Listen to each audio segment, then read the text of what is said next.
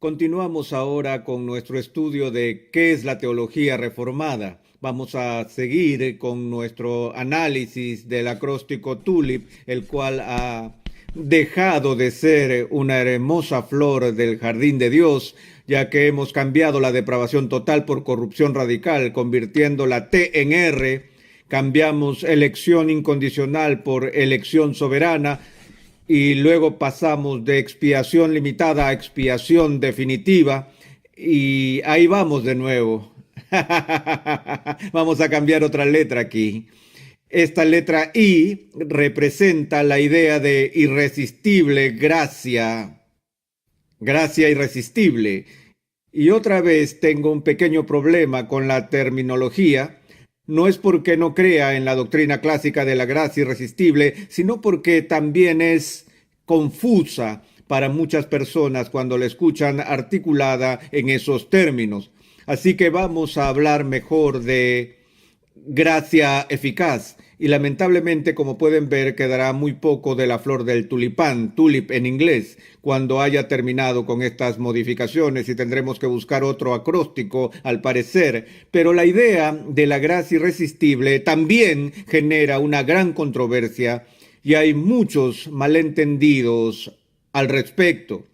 Recuerdo que cuando estudiaba en el seminario tenía un profesor que enseñaba el Nuevo Testamento y el hombre era también el presidente de ese seminario presbiteriano. Y un día en clase uno de los estudiantes levantó la mano y dijo: ¿cree usted en la doctrina de la elección? Y el profesor mostró un poco de irritación con tal pregunta y dijo con énfasis que no creía, porque él no creía que Dios llevaba a la gente gritando y pataleando contra su voluntad al reino de Dios, personas que no quieren estar allí, y que al mismo tiempo impedía entrar a otras personas que desesperadamente quieren estar en el reino. Y me sorprendió, no solo por ser una distorsión tan grave y una caricaturización de la teología reformada histórica, sino por ser pronunciada por un hombre que debería tener un conocimiento mejor, un hombre que ha estado sumido en las normas confesionales de la iglesia y demás. Pero pensé que si una persona de este nivel en la iglesia, con esta experiencia y educación, tenía esta idea falsa sobre la gracia irresistible, entonces ¿cuántas otras personas estarían también bajo el mismo concepto erróneo? La idea de irresistible insinúa que uno no tiene la posibilidad de poner resistencia alguna a la gracia de Dios. Ahora, amados, la historia de la raza humana es la historia de una resistencia brutal de los seres humanos a la dulzura de la gracia de Dios. Lo que se entiende por gracia irresistible no es lo que la palabra sugiere, es decir, que es imposible de ser resistida. De hecho, somos capaces de resistir la gracia de Dios y sí resistimos la gracia de Dios. Pero la idea aquí es que a pesar de nuestra resistencia natural a la gracia de Dios, esta gracia de Dios es tan poderosa que tiene la capacidad de superar nuestra resistencia natural a la misma. Es por eso que prefiero el término gracia eficaz en lugar de gracia irresistible, porque esta gracia tiene los efectos irresistibles que Dios pretende realizar con ella. Ahora, lo que estamos realmente buscando en esta controversia es la relación entre la gracia, la obra de Dios, y nuestra relación entre fe y regeneración.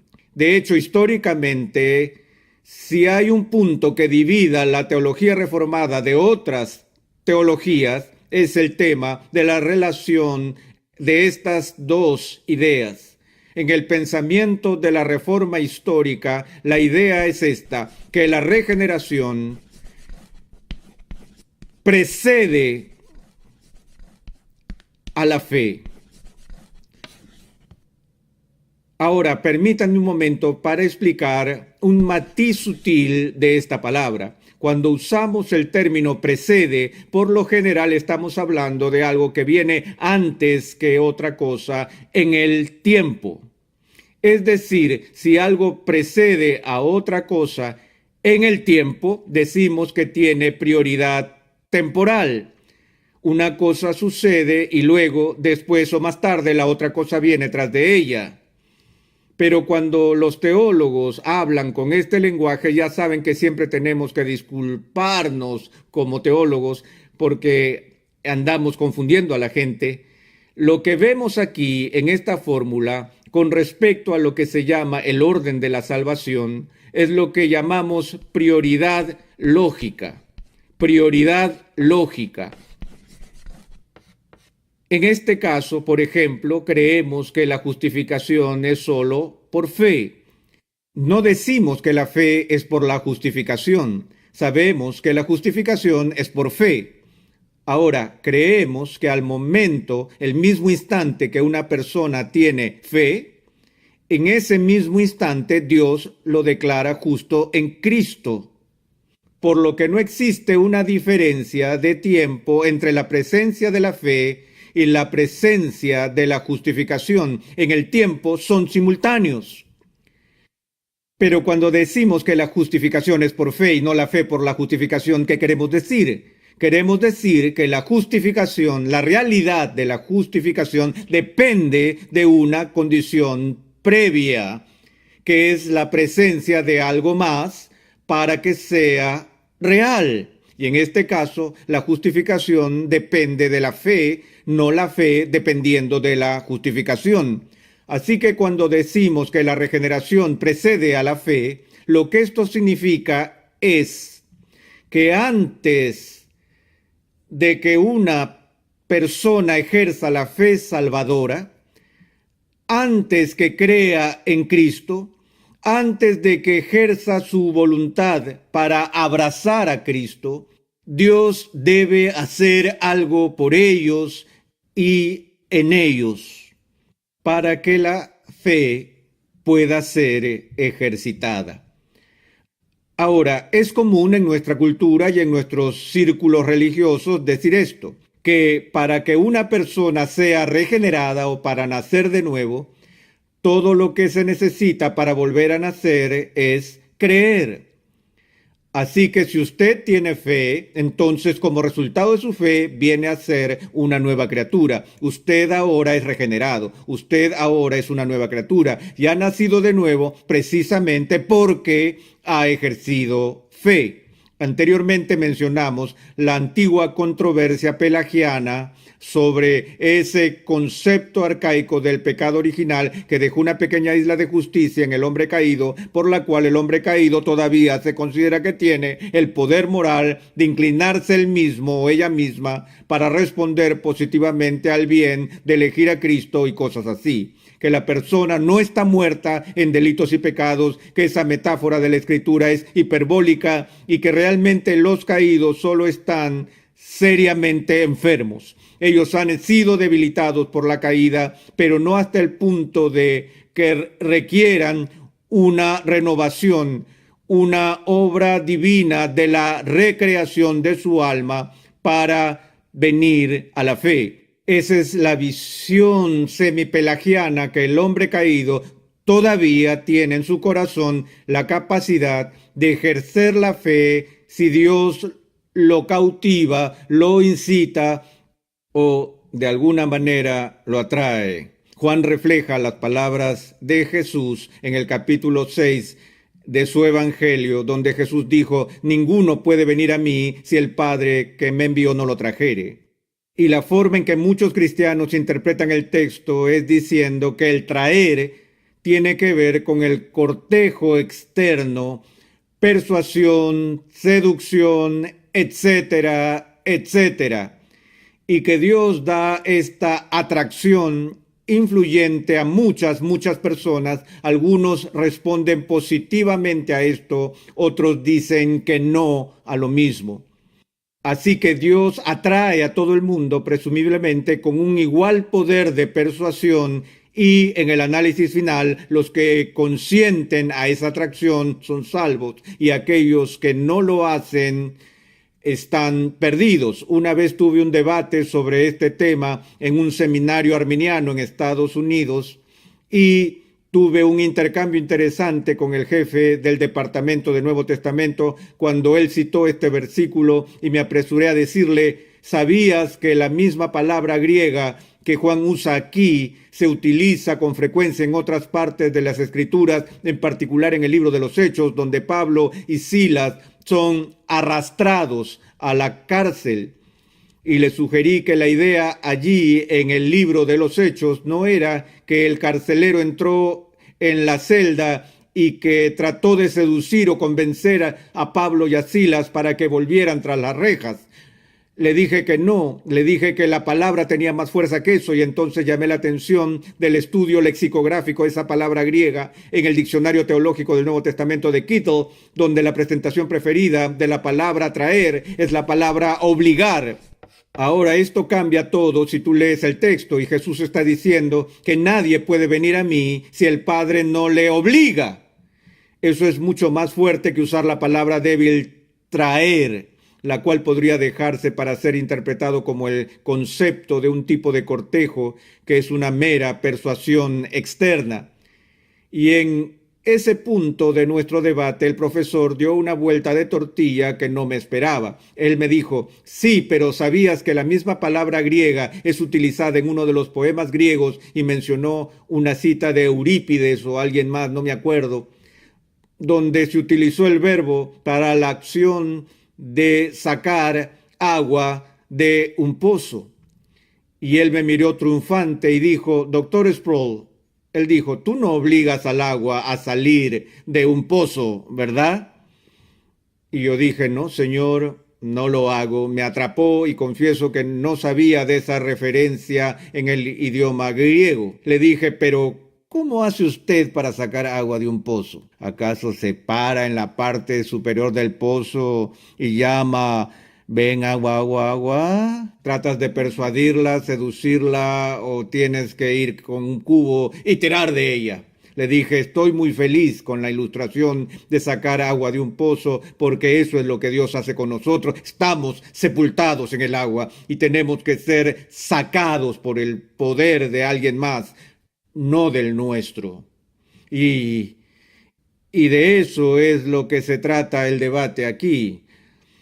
Dije al principio que todas estas controversias realmente se desprenden y se basan en nuestra comprensión de la T en Tulip, en nuestra comprensión de la doctrina de la depravación total y nuestra doctrina de la incapacidad moral. Nuestra condición de esclavitud al pecado es tan grave y la caída tan severa que no tenemos ningún deseo moral de Dios, a menos que Dios siembre ese deseo en nuestros corazones.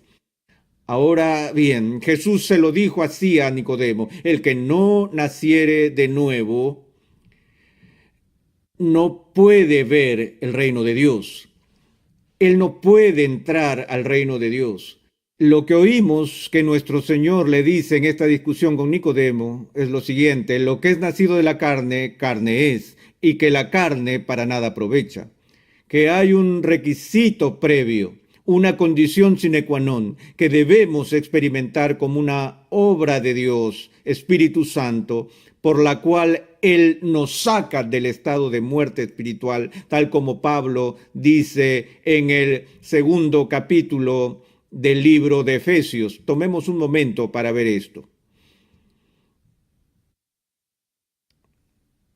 donde Pablo dice en Efesios capítulo 2, versículo 1, y Él os dio vida a vosotros cuando estabais muertos en vuestros delitos y pecados, en los cuales anduvisteis en otro tiempo siguiendo la corriente de este mundo, conforme al príncipe de la potestad del aire, el espíritu que ahora opera en los hijos de desobediencia, entre los cuales también todos nosotros vivimos en otro tiempo en los deseos de nuestra carne, haciendo la voluntad de la carne y de los pensamientos, y éramos por naturaleza hijos de ira, lo mismo que los demás. Pero Dios, que es rico en misericordia por su gran amor con que nos amó, aun estando nosotros muertos en pecados, nos dio vida juntamente con Cristo. Y luego, entre paréntesis, porque por gracia sois salvos, y juntamente con Él nos resucitó y asimismo nos hizo sentar en los lugares celestiales con Cristo Jesús. Y luego de nuevo en el verso 8, porque por gracia sois salvos por medio de la fe, y esto no es de vosotros. Una vez más el antecedente inmediato de qué es fe, es el don de Dios. Entonces lo que Agustín le decía a Pelagio, lo que Lutero le decía a Erasmo, lo que Calvino le decía al mundo, lo que Edwards le decía a Chansey y lo que nosotros estamos diciendo a nuestros amigos hoy, es que la fe misma es un don que es dado y es gestada en nosotros por la regeneración. No es que el Espíritu Santo arrastra a la gente pataleando y gritando en contra de su voluntad para venir a Cristo, sino que lo que el Espíritu Santo hace es cambiar la inclinación y disposición de nuestros corazones para que si antes no estábamos dispuestos a abrazar a Cristo, ahora estemos dispuestos y más que dispuestos. De hecho, no somos arrastrados a Cristo, corremos a Cristo y nos abrazamos a Él con alegría porque el Espíritu ha cambiado nuestros corazones. Y ese corazón ya no es un corazón de piedra que es indiferente a los mandamientos de Dios y a las invitaciones del Evangelio, sino que Dios derrite la dureza de nuestros corazones cuando Él nos hace nuevas criaturas que estando muertos, el Espíritu Santo nos resucita de la muerte espiritual, para que vayamos a Cristo porque queremos ir a Cristo. Pero la razón por la que quiero ir a Cristo es debido a que Dios ya ha hecho una obra de gracia en mi alma. Y sin esa obra yo nunca hubiera tenido el deseo de ir a Cristo. Por eso decimos que la regeneración precede a la fe. También creemos en el pensamiento reformado de que la regeneración es monergista. Ahora, esta es una palabra muy compleja, monergista, y lo que significa básicamente es esto, que en esta operación divina llamada nuevo nacimiento o regeneración, es la obra de Dios en el alma humana y solo la obra de Dios. El ergo es una unidad de medida de energía y trabajo. La palabra energía proviene de esa idea. Mono significa uno, así que monergismo significa uno trabajando. Que la obra de regeneración en mi corazón es algo que Dios hace con su poder. No con un 50% de su poder y un 50% de mi poder, o 99% de su poder y el 1% de mi fuerza, sino que 100% obra de Dios.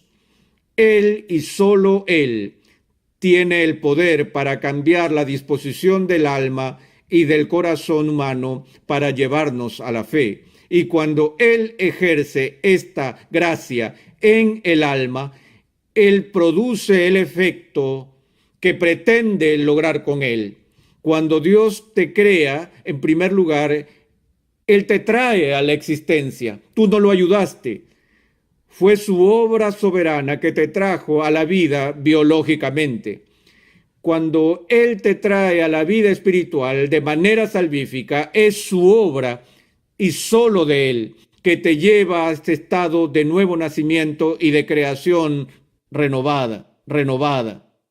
Y por lo tanto, llamamos a esto gracia eficaz. Es gracia que funciona, es gracia que trae consigo lo que Dios quiere que ocurra. Permítanme leer un pasaje que se encuentra en el histórico ensayo introductorio a la edición rebelde de la que es quizá la obra más importante que hizo Lutero, al menos un libro que él creyó que fue su obra más importante sobre la esclavitud de la voluntad. Y esta introducción histórica fue escrita en conjunto por dos hombres, uno de ellos fue J.I. Packer. Justo aquí tenemos un párrafo de esa introducción que me gustaría que escuchen. Dice así: ¿viene nuestra salvación totalmente de Dios o en última instancia depende de algo que hagamos nosotros mismos? Aquellos que dicen esto último, tal como lo hicieron los arminianos, niegan la absoluta impotencia del hombre en pecado y afirman que una forma de semipelagianismo es cierta después de todo. No es de extrañar, entonces, dicen los autores, que la teología reformada posterior condenara al arminianismo, en principio como un retorno a Roma, porque en efecto esto convierte la fe en una obra meritoria y una traición a la reforma, porque niega la soberanía de Dios en la salvación de los pecadores, que fue el principio religioso y teológico más profundo del pensamiento de los reformadores. Lo que ellos dicen aquí en esta introducción está continuando con el trabajo de Lutero en contra de Erasmo, de que toda la controversia sobre la justificación era un problema superficial que apenas cubría la pregunta más profunda que originó la controversia en primer lugar. Y esa pregunta fue la pregunta de si nuestra salvación es únicamente por la gracia de Dios o no.